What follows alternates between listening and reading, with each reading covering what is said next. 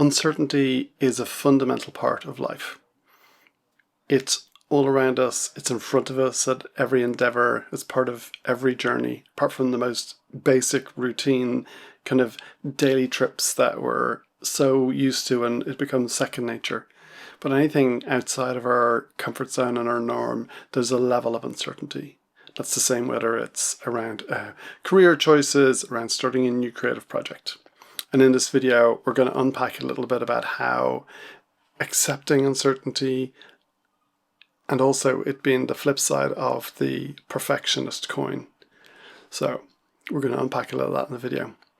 I'm Rowley, I'm based in Dublin, and I'm a creative coach who helps creatives to find meaning and purpose and drive around their creativity, to find time for it in their busy, hectic lives as we're all adulting with kids, dogs, family, careers, elderly family, whatever that looks like for you. And how do we connect that and engage it all and build something meaningful? Whether that's something on the weekends where you're able to carve out time to practice your craft, or whether that's actually building something meaningful and sustainable as part of your career. Whether that's around fighting for your creative ideas and passion in the workplace, or that's an opportunity for you to take a step into the unknown, into that uncertainty, and either go it alone or try a new route that's going to enable you to push those creative buttons for you in your work. I've been thinking about this, and if you saw my last video, it was about Blue Monday. It was about the fact that one, Blue Monday is made up, but two, having that sense of not knowing, not being comfortable, not being able to fully express yourself, and not living in line with our values can often leave us feeling blue and down. I don't necessarily want to use the word depressed because I'm not a doctor. I'm not in any way clinically trained to diagnose that or help with that, and I'm very happy to hold my hand up when I ever get into a conversation one-on-one with people and say, hey, sorry, this is the line where I think you might need professional help. So I'm not trying to step over the boundaries of anyone who's a medical professional who's able to help in those scenarios. But I do think that those warning lights sometimes come on for us, a little bit like when we're driving the car. We're not always looking at the dashboard to see if warning lights come on, but they're there to help us to understand there's a diagnostic system within the car to tell us if we're, in my car, it'll tell me if I've run out of wiper fluid or the oil's low or the tires are, losing pressure. Any of those simple things. And it means I need to take action. I really think that our human bodies are often trigger us with warning signs. It doesn't necessarily mean that we're in imminent danger, but it does let us know that we might need to start making changes. So if that's how we're feeling, or it's our mood, or it's recurring aches or pains all over our bodies, or it's, our guts or our ears or our teeth are sore, whatever it is, there's little warning signs that we can take action to move forward. So for Blue Monday, I think some of the actions we can take is around aligning with our values. And in this case, when we feel that sense of uncertainty or we don't know where we're going, I think that can also be, and for one, as a long-time struggling perfectionist, sometimes if I can't line everything up and feel like my creative time is going to be perfect, and I have all the tools and I have everything in front of me, sometimes I won't even start. And if we're not moving, we can't course correct. We can't make things better. I don't know if you've ever tried riding a unicycle, but unless you're actually moving, it's impossible. You're just flopping from side to side and you can't, the more momentum you have, the easier it is to find a path and to continue to move forward. And I think it's very similar with our creative endeavors. If we're not moving forward, if we're completely stopped and we're stymied, then it's really difficult for us to course correct. It's a little bit like when you're on a journey. If you're just standing there, spinning around, looking at all the signposts, sometimes it's easier to just take a stab at where you're supposed to go, drive, or walk, and like ask for directions and see if you've gotten to it, but at least you're still moving. And I think that's a really important part of what we do. There are lots of stories in the creative realm, and the one that I always think of is in Samuel Beckett's Westward Ho.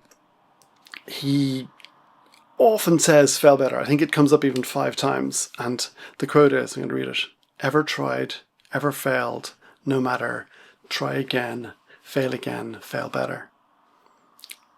I've no doubt if you're in the creative space, you've heard that before. But I do think there's something really important, that it's not about giving up. I love the story of Thomas Edison. And reportedly, he went through thousands of attempts to make the first light bulb. And he greeted every single time it failed with as much excitement as when it worked, because he just knew that he had closed the door to a new, to another pathway, and he would need to go and explore something else. So he didn't let it get him down.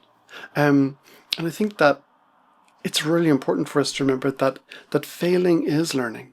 Failing is pushing outside of what we know, and we're learning, and we're growing, and we're changing, and we're moving direction. And I think it's so key and so important to think about that and to move on. Winston Churchill said, success is not final. Failure is not fatal. It is the courage to continue that counts. And I think that's just so cool, to have that idea that we can continue to move forward, continue to strive, and continue to grow. And I just think that there's something really amazing there. I'm reading a book by Maxwell Maltz, Psycho-Cybernetics, and it's a lot about how we are programmed and how we can change the way we think and we process. And he really lined up this kind of failure piece. He connected a lot to self-esteem, that if we overthink who we are, then, or we overthink the results, then, if we're really invested in it, we're afraid of how people are going to see us and consider us and think us as failures. And I think that's really harsh, and I think that's possibly the piece that I have struggled with, because I'm going, well, I don't want, I've said I'm going to do this thing, and if I mess it up and get it wrong, what's going to happen? And I think, particularly in the realm of creative endeavors, it's not that nobody cares. I don't think that there's, hang on, let me turn this down. It's not that people don't care, it's just that they don't want to see you give up. And we overinvest in that relationship. Certainly, hands up, I overinvest in that. And when I think that I need to move forward, when I need to try something, like, I'm constantly learning and growing, and like, no one is calling me out and telling me I shouldn't be doing it or shouldn't be trying. Like, if anything, people are calling me out and saying, you're not trying, you're not doing enough. So I just think that idea of kind of failing forwards.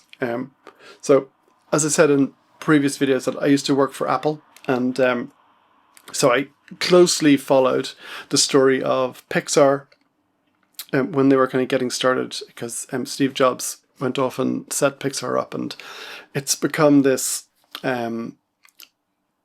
I think, one of the best animation studios. Certainly from my family's perspective, we love all the Pixar animations and just think they're really well put together. They're very cleverly written. But Pixar adopted a mentality of, failure is part of innovation. And when they sit down to watch the first couple of drafts of the movies they're making, everyone gets involved in the critique process, just saying that no movie is good at the beginning. And we almost need to think of our projects that they're not good at the beginning, but we're going to keep refining and working on them. I'll do another video on how we get to finishing our projects and knowing if they're done and being able to cut them off. But I think at the moment, it's really important to just encourage you to start. And if you've already started, to continue, and to not get bogged down and to keep moving forward. I think that's, so important. Like, that's why I think the idea of being wrong makes you right. Being prepared to stand up and be wrong and be counted for what you've done or what you make. I think it's really, really key. I love what Brené Brown said. Let me read it. You're imperfect and you're wired for struggle, but you're worthy of love and belonging. Imperfections are not inadequacies.